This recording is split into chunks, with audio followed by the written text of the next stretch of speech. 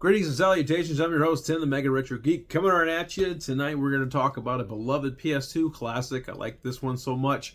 I was very shocked and very surprised that it actually was re-released finally. Now you can actually play it on the PS4 and the PS5. So those who have never played it and those who remember it quite well, you could dive back in or just try it out. Try it out, man. This is Sly Cooper and the Thieius Racconus. Man. It's actually the first time I've actually reviewed this game, so this is going to be interesting, or even talk about it at least. An awesome game series, I will have to say. It's just stealth-based and made by the beloved company Sucker Punch. Sucker Punch is no introduction needed because they are quite famous in this day and age. Mostly because they are famous for, the Sly Cooper anthology, the Infamous series, and Ghost of Tsushima from the PS5, which is awesome open world feudal Japan kind of game. To say the least, I remember the first time I actually really got into it, I think what we'll have to say is the PS3 version, Sly Cooper Collection, which contained the original trilogy. It was cool back then. If you actually had a 3D TV, some of it was in 3D, and even had PlayStation Move controls, which the controls actually kind of worked well. It's kind of like if you played Sly Cooper on the Wii. I always highly recommend this trilogy. It was really kick-ass. And I think it was released on another form. I think it was on the Vita as well. I'm not sure. I could be wrong on that one. But really kick-ass trilogy. And of course, I think the series kind of ended abruptly after the fourth one, which is Thieves in Time. Great final entry, but it stinks because, I wish there was a remake. I wish there was a revamp, a new sequel, something. We've been waiting years. But I know Sony and the Sucker Punch Studios actually love each other very much, to the fact that they always do tributes. They always do little Easter eggs. Like when my wife was playing Astro's Playworld the other day, and I was watching her in action, I see little cameos of Sly Cooper. I was like, that's cool. They still, they know the legacy, because this game sold extremely well. To me, the graphic engine they used back then, it really pushed the PS2's boundary. Some of the scenes I see with the cell shadedness especially, because cell shaded graphics were pretty much on the rise in this time frame, and I noticed that everybody jumped on the bandwagon between the Dreamcast era with Jet Radio Future and Jet Set Radio. You actually see a huge transition, even Zelda Wind Waker, and even to the point where in 2009 and 2008 we had the Borderlands franchise who used that so wholeheartedly. Everybody wanted a piece of that action. But of course, Sucker Punch, they're also famous for, as I said before, the Infamous series. This is another series I wish it would come back from the dead. After Last Light and this one, you never heard from it ever again.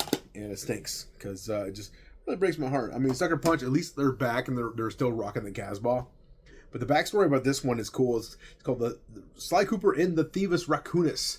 And you're basically a raccoon, anthropomorphic raccoon, am I saying that right? Who teamed up with a turtle named Bentley and a hippo named Murray.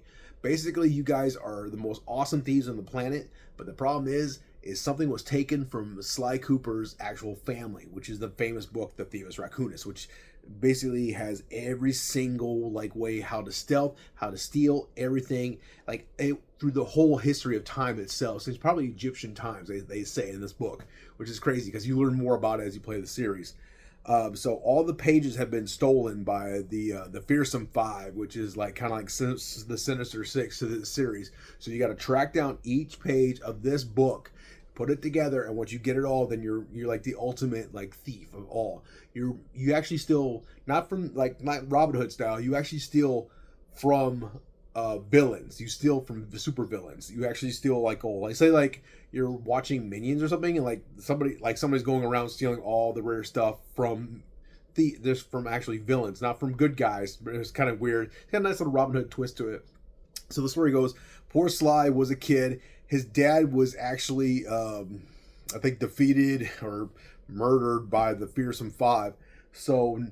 And the book was stolen. So the poor kid had to go into an orphanage where he befriended Murray and Bentley, the turtle. And they've been friends ever since for over 20 years. So now they're a band of awesome thieves. So in the whole game, it's a lot of stealth missions, a lot of cool action adventures. Seriously, if you love Banjo-Kazooie, Ratchet and Clank, Jak and Daxter, any kind of tag team duo kind of like platformer, or like ukulele, if you know that current one. That is like pretty much the whole premise of this place. Honestly, the graphical limitations of this game is astounding. Like, I think I really compare it to God of War 1 and 2, and because there's a lot of cool like visuals they do in this game. And Sucker Punch is like one of those companies that knew how to use the PS2 hardware to a full extent. So now here we are, like 22 years later. You can try it out if you want to on the PS4 or PS5. If it's actually, you can purchase it, or if you're one of those PlayStation Premium members, you can do that. You get it for free instead, whatever you want. But seriously, I do implore you, please play this game. I will admit one last thing before I wrap this up.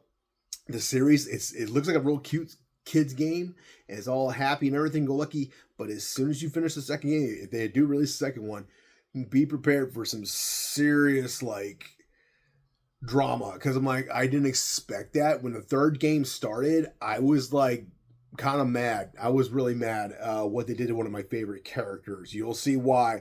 You probably know what I'm talking about, but that really broke my heart, man, because I was like, wow, I wasn't expecting that for my kids game, especially during imagine like you grew up as like you're in your between 7 to 10-year-old time frame, you're playing your PS2 for the first time, right?